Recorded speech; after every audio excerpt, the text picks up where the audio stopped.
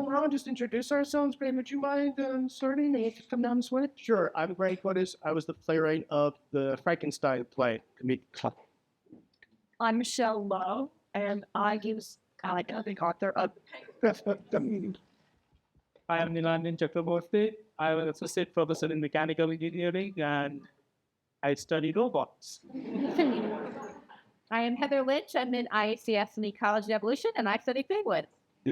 Hi, I'm Suparna Rajaram. I'm in the Department of Psychology in the Cognitive Science program, and I study social knowledge. Hi, I'm Rogelio Martinez, and I wrote Pecco. I'm still Ken Weitzman. You met me before. Hi. Yes, and I'm JP. And so, Ken, what made you want to pair up playwrights and scientists in first?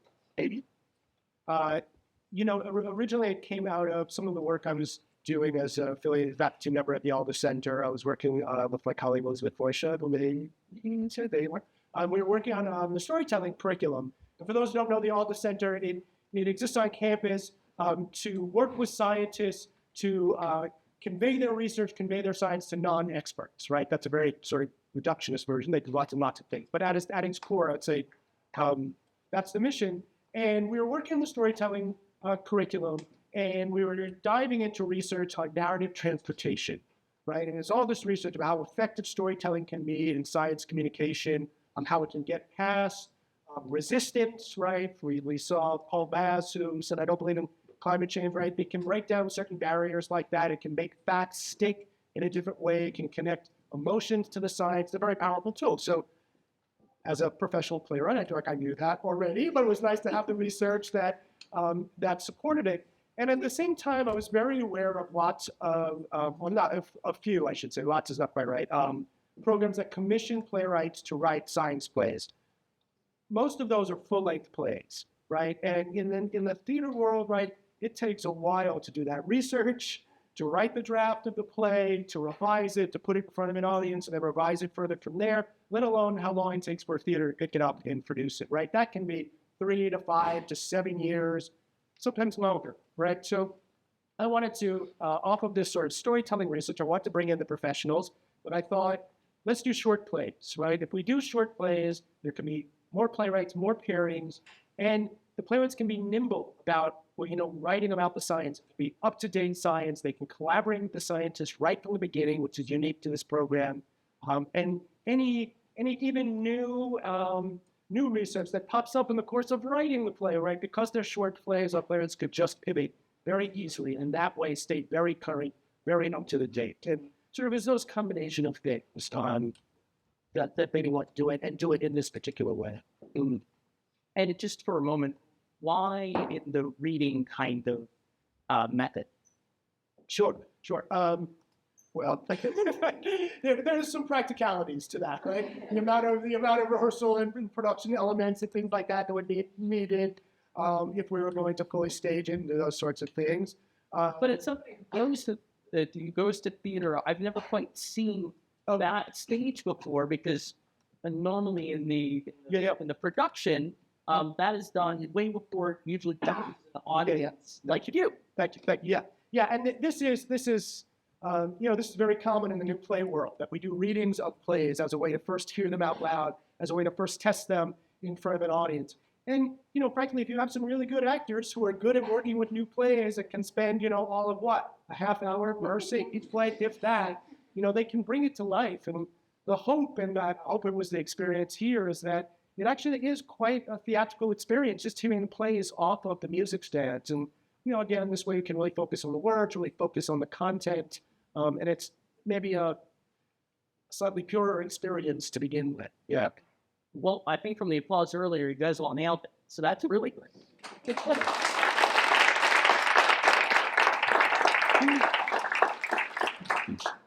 I wonder about how it was with playwrights and the scientists trying to communicate their research and then playwrights that weave through science. Do Penguin folks, do you want to take it away? I'm just not right. All right, what do you think, Michele? You can start. I was so interested when I heard about Heather's research because penguins have been part of my life since I was very little. And so here was a chance to, she's now much older, So here's a chance to work with someone who knew penguins and could teach me something about them. Like, I'm so excited to meet Heather. We spoke on the phone. She wanted the process like 2 seconds. Years ago, I had to work great audience. I got. I spoke to her for a while. I read a lot of her research. I knew nothing, zero about what she did. And then I came here and went to her lab and tried on the jacket for Antarctica and saw my bones and the penguin one, and it is pink. And I just had an amazing time. And truly, the play, the Justice for the Flag, was our last 5 minutes together. When as she was leaving and to go teach, and I was going in my car, and we spent that an hour and a half together, and I asked her one more question, and she answered it. And then that's when I knew that. And it was so thrilling. I'm not to. No, but the question is, it evolved around the existential question about, what do you know? And it was like testing still. It was just an incredible moment. And that's what really started me on this search and story in this play. And then I thought about Paul. And it enabled me to write my first play about the climate crisis, guys. It was just so exciting for me. And then we kept in touch. Yeah, absolutely. And I would just say it was, I can talk facts and figures about the Antarctic all day. And we did some of that and, got the maps out. And, but we don't really want to know, like, what, how do you feel about it? Like, what does it mean? Like, why are you doing it? Like these questions that you don't normally get, when you're talking to audiences about your science. So I didn't really think about it. I think that's probably why when, that last question, it sort of had to work my way there. Be like, yeah, how do I feel about this? And so I think that helped me sort of think about it for myself, So I think that's not the approach that I normally take. It's a bit nerve-wracking, to be here and then have something that feels so true to the situation that we're in down in the Arctic. And I'll add one more thing to that, which was so thrilling for our writer, because you want to get it right, especially when you're doing all this research. And I've spent 10 years working on a collective research, okay? This time I only had 3 bucks, which isn't very much, but it was enough for our website. And so what ended up was I sent the first draft to Heather for comment, to Sarah, and she wrote on we talked, and then I read out loud to her, and then she said to me, I know everything good outside. Why have really? She said, it's that. And that's what I said. Yeah. No, I was like, wait, my heart was racing. Even just sitting in the audience again today. Yeah. We're all on that same kind of level. Like, dude. But their goal is to cause the scientists trauma. But I want to jump up real quick. You just said either, and you can name a spiral and I'll throw it to you. One thing that our director Jackson Gay asked for each of our kind of pre-rehearsal meetings was we asked this for playwrights, but either of you can answer this in terms of what was important to you that gets conveyed in this play. You knew there were only going to be 10 to 15 minutes. What was the one thing that was important to you? And then I'm curious also, maybe particularly in Echo after that, to hear a little bit about your conversation and how you approached it, since it was a little bit more abstract in the approach. And so, you want this? Let's see. I teach psych and project. Yeah. Thank you. What is it that we want to convey in that place? Yeah, did you have something in mind? Like before your conversation with Rogelio, I want to make sure that when this play is written, that at least this is conveyed. What was your priority in that conversation? So the work we do in my lab, and some of my lab is actually here. How do we arrive at what our memories are? Because memories are not what actually necessarily happened. And so what do we do with the information we are trying to pull?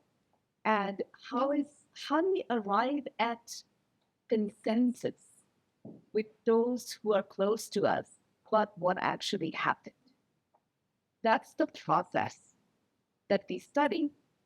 There is some reality in what we pull out. There's some distortion.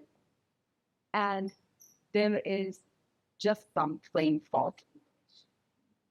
But we created a memory that we can all agree on, or we have major disagreements. And to the extent that our social connections are constantly impinging on us, what we want to do and how we want to create our own reality, that is the essence that we worked on to convey the play. Yep. Yeah, do you understand anything about your approach or anything about the back and forth? I mean, we had several long conversations, and I emphasize the word conversation because there was, I was asked questions, and we just sort of, and it seemed like we had very similar interests. And I think that now that I can step back, I say, well, me and my mom are always arguing about what day we arrived in this country. It touched June 2nd or June 3rd, right? So how's it turned out? But at some point, we probably will arrive at June. It's a communication thing that goes on between people, and how people can opt out, how people can walk away and try to preserve their soul, their life. I think it's just fascinated by the work that you were doing. And the moment I heard about it, I found it highly theatrical. And so that was the inspiration for it. Yeah, that's it. I'm also curious, and I want to hear from Nilanjan as well about your process. So, Greg, I know you use verbatim text from your conversations. Maybe we could hear about that, and then maybe we can kind of talk about the nature of interdisciplinary research or interdisciplinary collaborations in these ways, and what does that mean, and what's the benefit, and how it's approached. And we heard your process a little bit, but maybe we can dive into that a little bit more after we hear from Greg. Oh, sure. One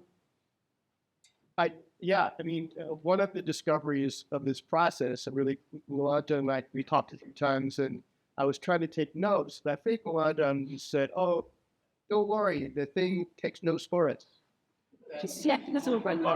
So, and I didn't know this. And so, oh my God, it's all there. So anyway, as part of my process was using my very out-of-date knowledge of where the technology is to use the Zoom transcripts to create the professor's dialogue. So I really wanted it to be exactly right. I wasn't totally sure. We didn't completely understand what he did. I'm explaining. I'm still out there. And so that was, and it was just a lot of conversations of me starting out with preconceived notions, because there's AI and robots to some degree, but really AI, there's a lot of fear in the public right now, of which I share. Like I read the newspaper, I'm like, oh no, the world's coming to an end, isn't it? And so I wanted to create a piece that really kind of leaned into the fear. And I think Frankenstein might be the first sci-fi piece of art that I know of, and one that dealt with the terror of technological change. Frankenstein was written in the heart and the heat of the Industrial Revolution, when the world was being transformed. And so we have lived through transformation after transformation ever since. So it felt like, okay, if Frankenstein and if the couple was here and asked us questions, what might that be? So that was sort of my starting off. And I had other ideas about what this could foster, but that, anyway, after talking to Nilanjan, that's where I felt like they could ask the questions that I wanted to ask. So that was the concept of this. Yeah, so just to kind of piggyback on what Greg was saying, so when I started the conversation, it was not really clear to me, what should I tell him? How do I explain my research to it? So initially I was trying to say, as I would say to maybe a technical colleague, but may not be in the same discipline. And I think that was not so good. But then I think we have a common element in the kind of current anxiety about, okay, what will AI and robots do? Will they take over the world? So I guess that was the common connection that we came at, and then I wanted to kind of give my view of what the current situation is. And it is not just my view. I believe it is more the kind of silent majority view that's not so much kind of projected in the mainstream or in the media. But there are people who talk about it, and there are people who understand it also. So it's not really that the view is anything unique to me. It's just that I don't think it gets as much attention because it's also kind of a boring view, if you will. That way. Yeah, and it's like we go through these technological transformations, and when the moment starts, we have one idea what we should be afraid of, but chances are there is something to be afraid of, but it's not this. It's going to be this. Like I think about, I don't know what they were when when the internal combustion engine happened. I don't know what they were afraid of. Maybe traffic accidents. I bet they weren't afraid of punch, but that one did lead to the other. So, or I believe. Anyway, so the idea of fear and how fear comes into the culture, how it's manipulated, and how.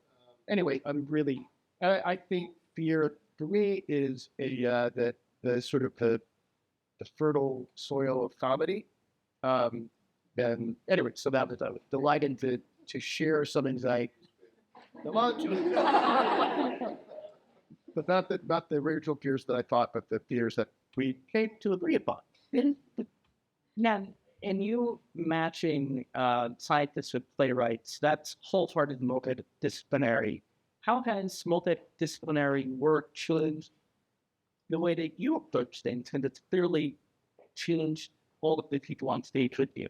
I am going to punt on this one for sure because I would love to hear from our participants who just took part in the process. I'd love to hear about that, about what you think the possibilities are, whether it's stories, okay? Yeah, whether it's story specific or just the possibilities for this in the future, or just your experiences with interdisciplinary collaborations, and however you want to answer that would be great. Can I block the punt? As long as somebody else picks it up. No.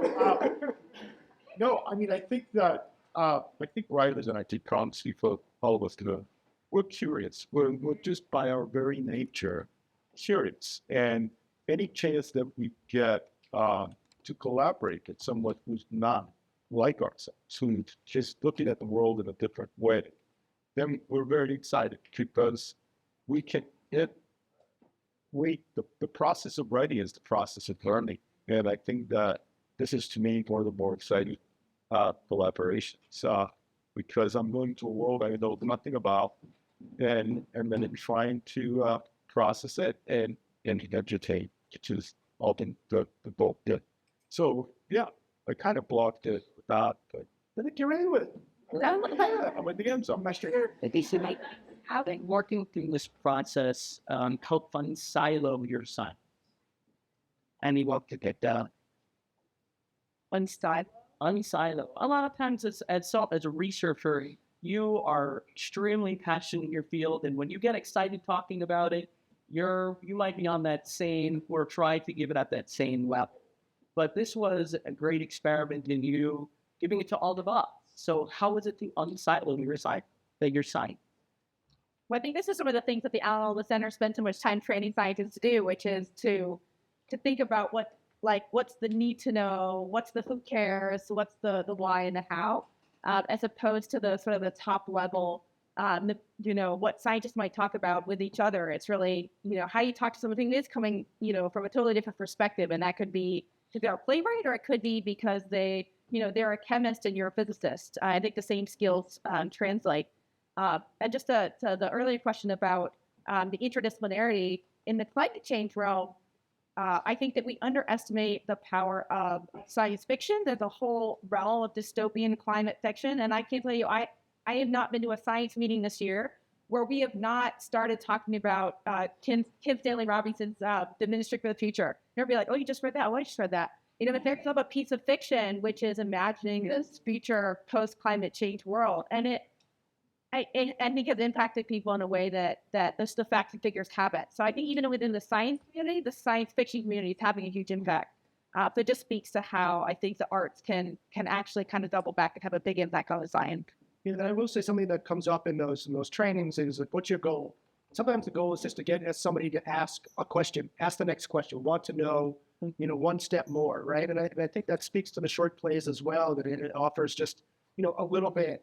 And I'm glad you brought up literature, and I'll take it to theater as well. There's also something, you know, I believe that's powerful about the people in this room here, right? You had a common experience, right? People leave here and talk about what they saw, right? There is a kind of contagion in that way. There is a kind of community event in that way that then can lead to, you know, deeper conversation, deeper research or questions or what have you. I do think there's, you know, real power being in the room together. So Melissa said they were reading those books, and it wasn't until it said, oh, you read that? And we're sharing that. We have that communal experience that we can move to that next level of conversation, those deeper conversations. What conversations do you hope happen after tonight?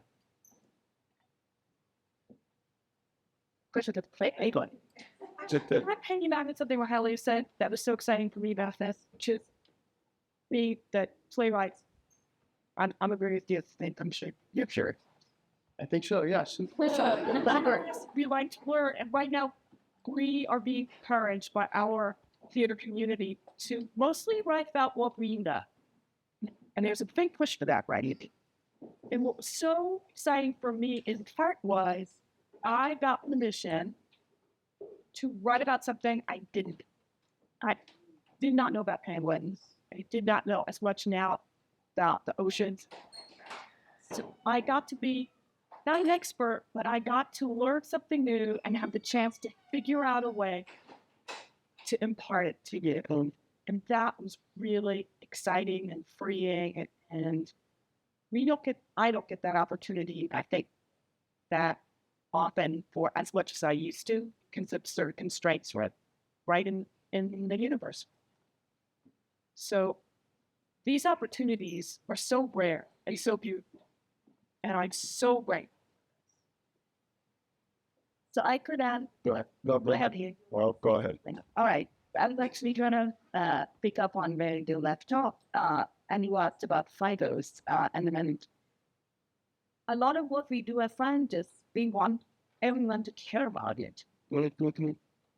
And storytelling is a very compelling way to get people to care about what they do, even if they don't know anything about the actual craft or the mechanics of what we do.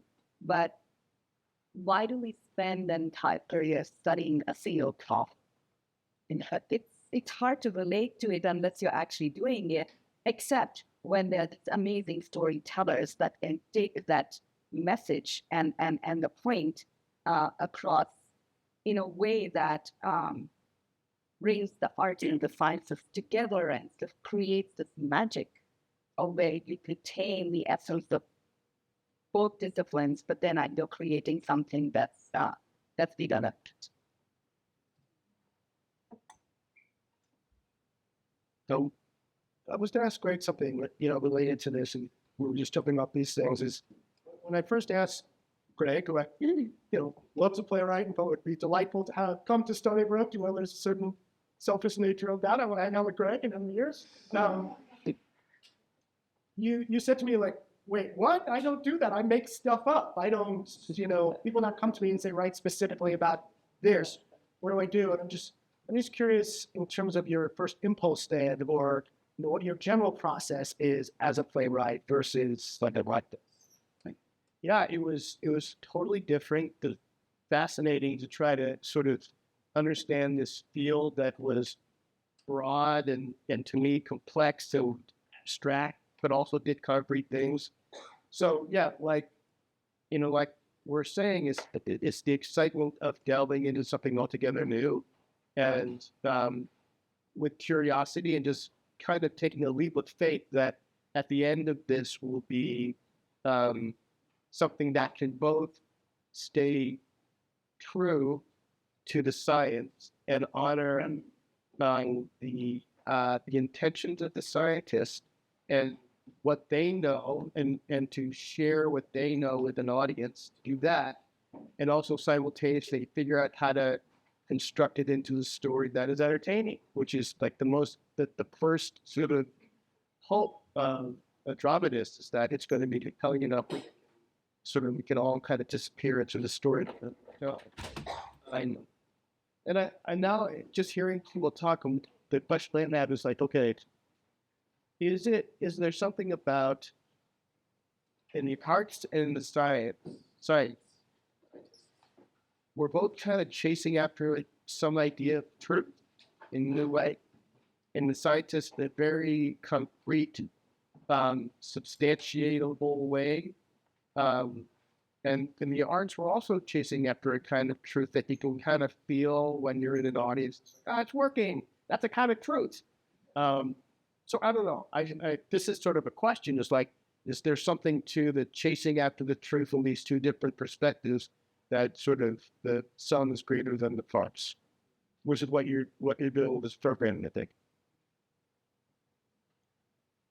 All of you are encountering the idea of establishing those truths, countering mis or disinformation ways. And do you find, or how do you find that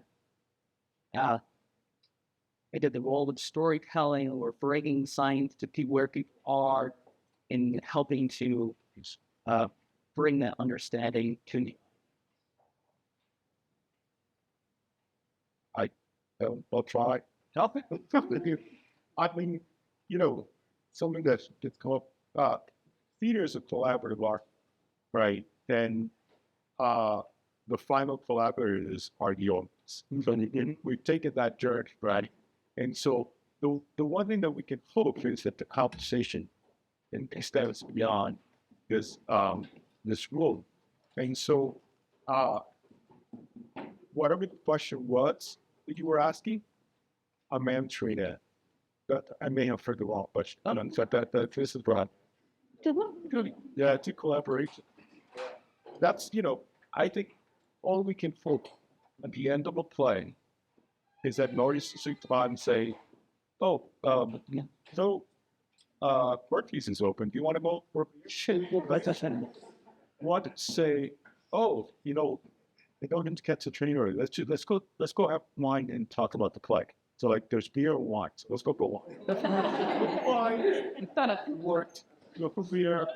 I like beer better. But just sort of follow up on that, Rogelio earlier mentioned all these conversations.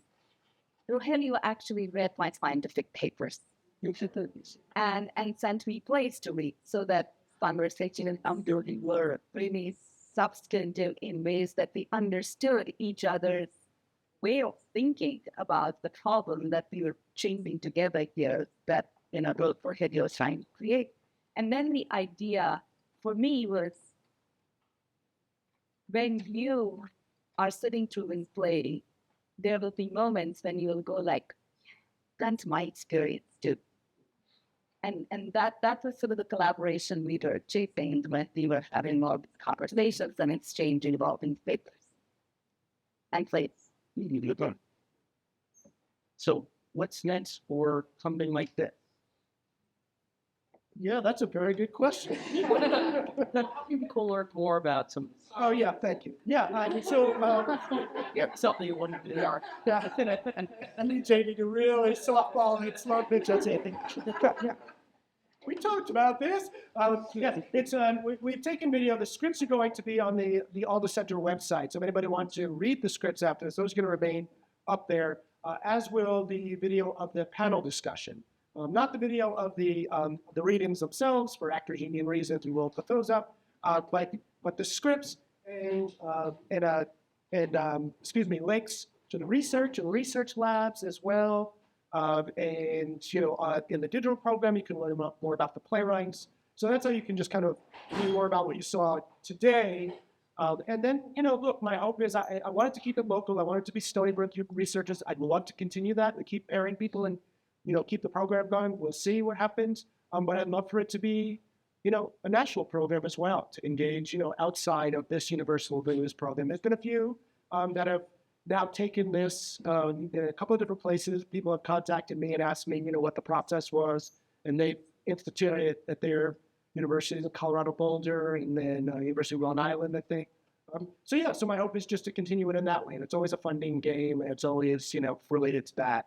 But yeah, those are my hopes. Well, this will pass to have when they Thank you. sure. So we gotta keep it. Yeah, there we go. Well, this was fantastic. Thank you all. Thank you, Ken. Thank you, folks. Thank you, Matt. Yeah.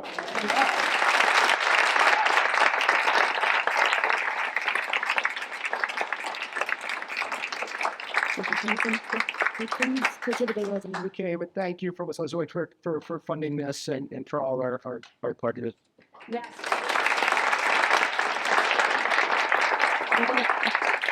And I want to make sure I get our wonderful director, Jackson Gage, directing all three clips today.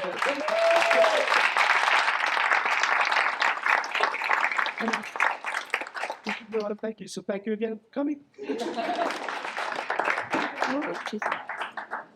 Right? You said this.